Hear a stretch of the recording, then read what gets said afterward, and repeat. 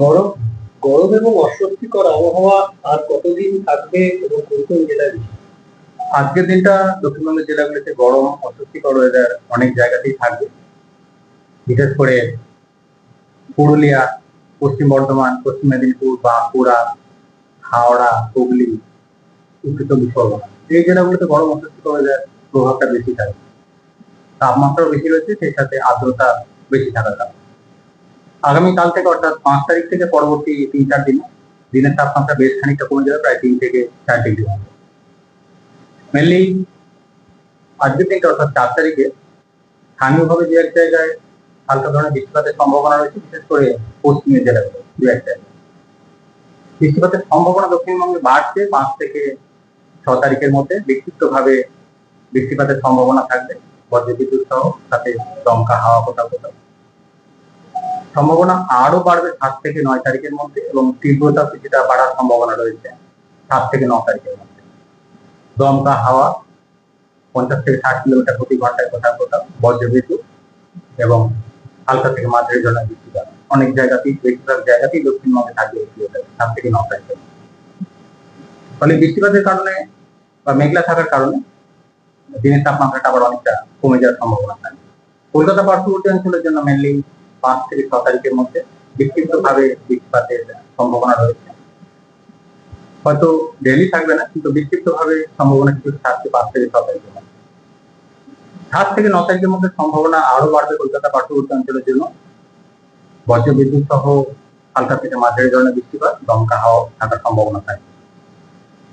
তাপমাত্রা কলকাতা পার্শ্ববর্তী অঞ্চলের জন্য আজকের দিনটা সর্বোচ্চ 36 ডিগ্রি কাছাকাছি থাকার সম্ভাবনা রয়েছে। আগামীকাল থেকে এটা ধীরে ধীরে কমতে শুরু করবে। আগামীকাল থেকে পরবর্তী 3-4 দিনের মধ্যে মেঘলা থাকার কারণে এবং বৃষ্টিপাতের কারণে দিনের তাপমাত্রা আবার বেশ খানিকটা কমে যাবে, 32 বা 31 ডিগ্রির কাছাকাছি আবার নেমে আসার সম্ভাবনা থাকে। উত্তরবঙ্গের ক্ষেত্রে আজকের দিনটা মেনলি উত্তরের জেলাগুলো অর্থাৎ দার্জিলিং, কালিম্পং, জলপাইগুড়ি, কোচবিহার, আলিপুরদুয়ার, এই জেলাগুলো স্থানীয়ভাবে দু এক জায়গায় হালকা ধরনের বৃষ্টিপাতের সম্ভাবনা। পরবর্তী দুদিন অর্থাৎ 5 থেকে 6 তারিখের মধ্যে উত্তরের জেলাগুলো বিক্ষিপ্তভাবে হালকা থেকে মাঝারি ধরনের বৃষ্টিপাত, বজ্রবিদ্যুৎ সহ। মালদা, 2 দিনাজপুরে হালকা ভাবে দু এক জায়গায় স্থানীয়ভাবে হালকা বৃষ্টির সম্ভাবনা থাকবে। বৃষ্টিপাতের সম্ভাবনা উত্তরবঙ্গের জন্য বাড়বে 7 থেকে 9 তারিখের মধ্যে, এবং তীব্রতাও বাড়ার সম্ভাবনা রয়েছে।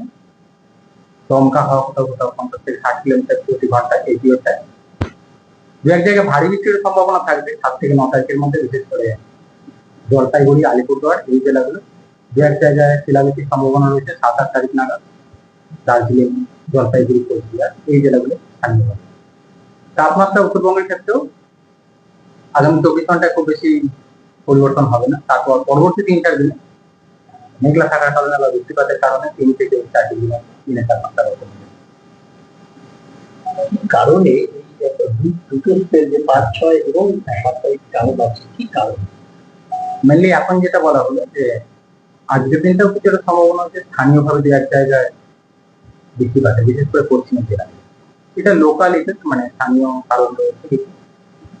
জলীয় বাষ্পের পরিমাণ বেশি আছে, গরম বেশি রয়েছে বলে অনেকটা ফেভারেবল কন্ডিশন কয়েকটা জেলায় রয়েছে। কিছুটা পরোক্ষ প্রভাব থাকছে একটা পশ্চিমী ঝঞ্ঝার প্রভাব, বা যেটা সম্ভাবনা যেটা বাড়ার কথা বলা হচ্ছে মেনলি 5 থেকে 6 তারিখের মধ্যে সম্ভাবনা কিছুটা বাড়ে।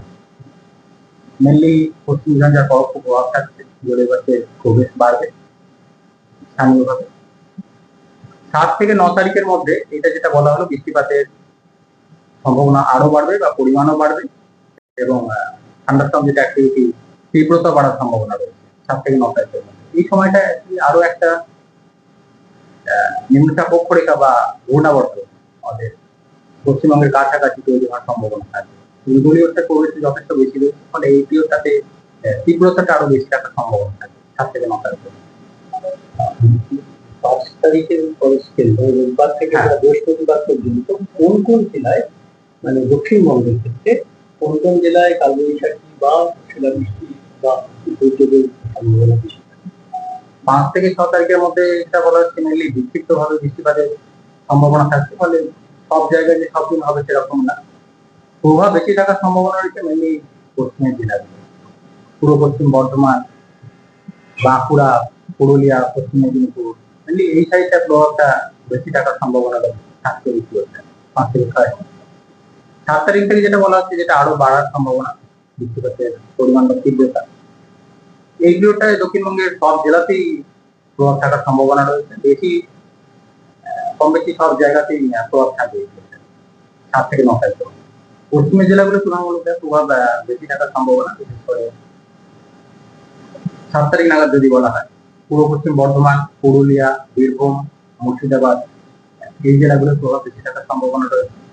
8 তারিখ নাগাদ নদিয়া, পূর্ব বর্ধমান, হুগলি, হাওড়া, উত্তর চব্বিশ পরগনা, এই সাইডটায় প্রভাব বেশি থাকার সম্ভাবনা।